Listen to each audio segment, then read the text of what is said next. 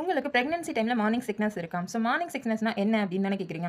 So நமக்கு ஒரு மாரி டயர்டா இருக்கிறது, வாமிட் வர மாரி ஃபீல் ஆகுறது. ஸோ இந்த மாரி எல்லாமே நமக்கு சிம்ப்டம்ஸ் மாதிரி இருக்கும். இது எப்போ வந்து நமக்கு தெரிய வரும் அப்படின்னு கேட்டிங்கன்னா, 6த் வீக்ல இருந்தே உங்களுக்கு இந்த மாரி எல்லாமே வந்து சில சிம்ப்டம்ஸ் எல்லாமே காட்டும். ஸோ இது வந்து 12லேருந்து 14 வீக்ஸ் அதுக்கப்புறம் வந்துட்டு உங்களுக்கு கொஞ்சம் கொஞ்சமா வந்து கம்மியாகும். ஒரு சிலருக்கு பார்த்தீங்கன்னா, 16த் வீக் மேல ஆனா கூட இது வந்து தொடர்ந்து நடந்துட்டே தான் இருக்கும். ஸோ இத வந்து நம்ம எப்படி கொஞ்சம் கொஞ்சமா வந்து அவாய்ட் பண்ணலாம் அப்படின்னு பார்த்தீங்கன்னா, சரி. அதாவது எப்பவுமே வந்து ஒரே வாட்டி வந்து நம்ம உணவு எடுத்துக்காம, கொஞ்சம் கொஞ்சமா வந்து நம்ம அடிக்கடி எடுத்துக்கலாம். ஸோ இந்த மாரி பண்ணலாம். ஸோ காலையிலேயே வந்துட்டு ஏதாவது சூடான உணவுகள் வந்து எடுத்துக்கலாம். ஸோ மத்தபடி வந்து உங்களுக்கு அதிகப்படியான வாட்டர் இன்டேக் வந்து நீங்க எடுத்துக்கலாம். சாதாரணமா டீ, காஃபி இந்த மாரி எடுத்துக்கிறத விட, நீங்க வந்துட்டு இஞ்சி டீ அந்த மாரி எடுத்துக்கலாம்.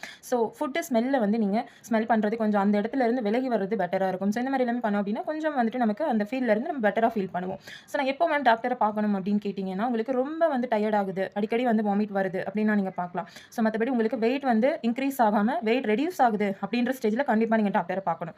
ஸோ மத்தபடி உங்களால தண்ணி கூட குடிக்க முடியாம ரொம்ப டயர்ட் ஆகுறீங்க, வாட்டர் இன்டேக்கே எடுக்க முடியல அப்படின்னா, அந்த டைம்ல நீங்க டாக்டர பார்க்கலாம். மத்தபடி இது வந்து நார்மலா வந்து பிரெக்னன்சி வுமன்க்கு இருக்கிறது தான். ஸோ இதனால நீங்க பயப்பட தேவையில்ல.